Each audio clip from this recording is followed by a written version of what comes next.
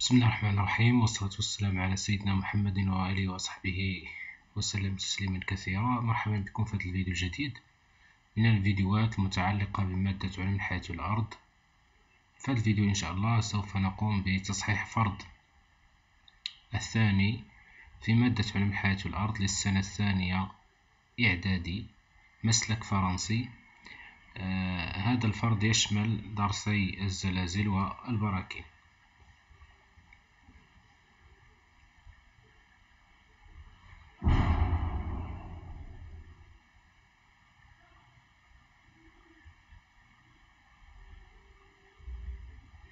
إذا نبدأ على بركة الله مع المكون الأول, la restitution des connaissances. La première question définit les mots suivants: magnitude, épocentre. La deuxième question, légender le schéma suivant.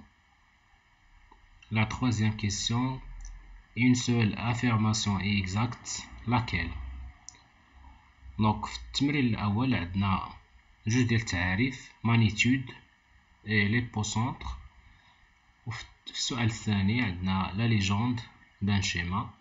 Et dans la troisième question عندنا cocher la réponse exacte ou bien cocher la bonne réponse. إذا نبداو مع les définitions مع la première question. La magnitude, c'est l'énergie libérée lors d'un séisme. magnitude هي الطاقة المحررة من طرف الزلزال أو خلال الزلزال. L'épocentre, c'est une zone où se produit la rupture de la faille à l'origine du séisme. Ou bien, l'épocentre, c'est l'origine du séisme. Ou bien, l'épocentre, c'est le point de départ des ondes sismiques qui provoquent les dégâts d'un séisme. Légender le schéma, la deuxième question. Donc, le premier élément, c'est l'épicentre. Le deuxième élément, ce sont les ondes sismiques. Le troisième, c'est le foyer. Et le quatrième, c'est une faille. En ce qui concerne les QCM, on va commencer par la première proposition. Plus on s'éloigne du foyer, plus les dégâts sont importants. Plus l'intensité du séisme est faible. Plus l'intensité du séisme est importante.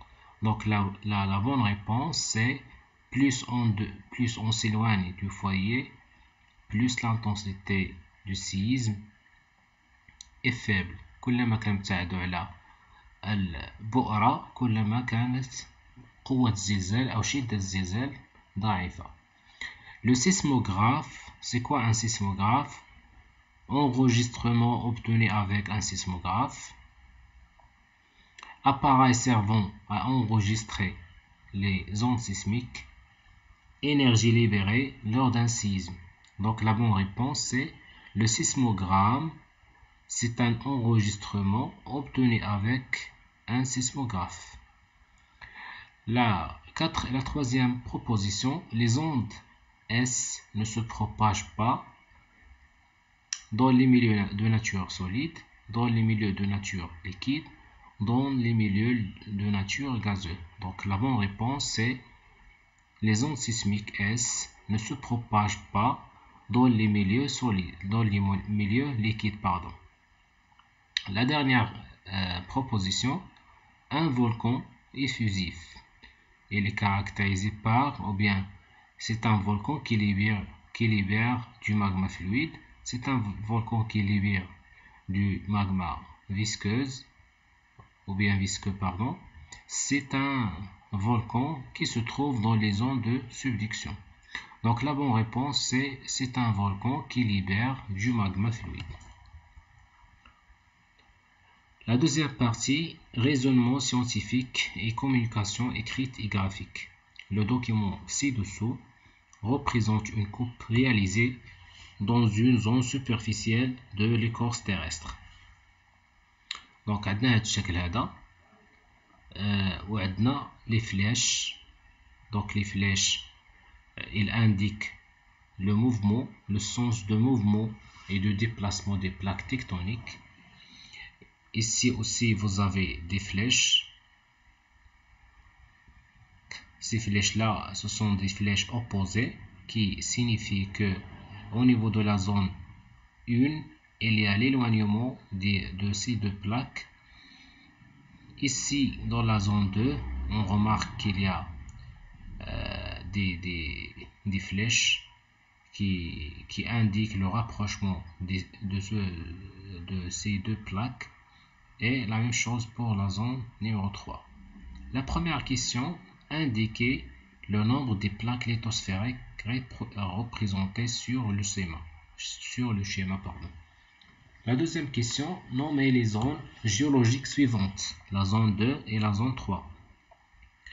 La troisième question, déterminez le type des forces tectoniques qu'on trouve dans la zone 2 et la zone 3. La cinquième question, c'est citer le type de mouvement au niveau de la zone 2 et 3. Et enfin, compléter le tableau suivant.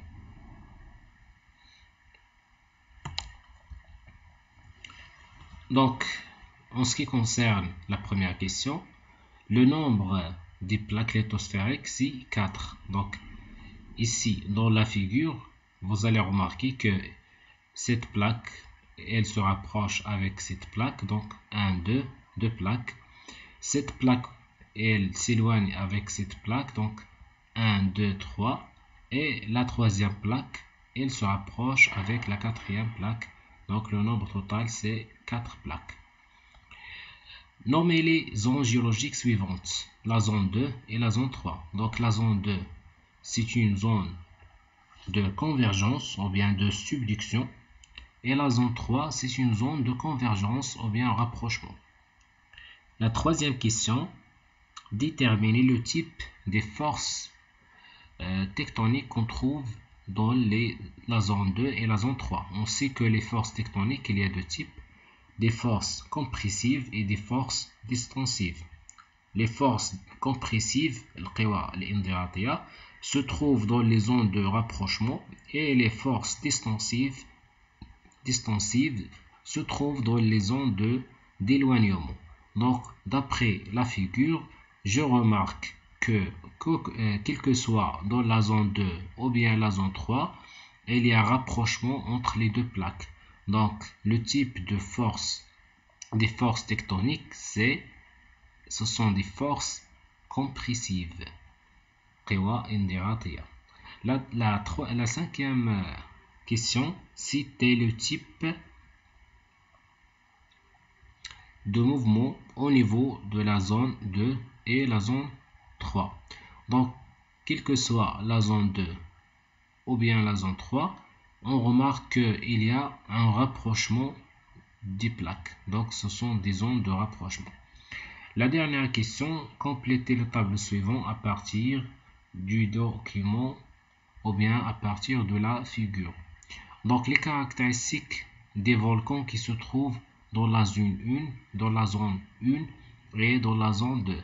En ce qui concerne la zone 1, donc c'est une zone de divergence de dorsale océanique, ce qui signifie la présence d'un volcan effusif au niveau de cette zone. En ce qui concerne la deuxième zone, c'est une zone qui se caractérise par la présence des volcans explosifs car c'est une zone de rapprochement, c'est une zone de convergence.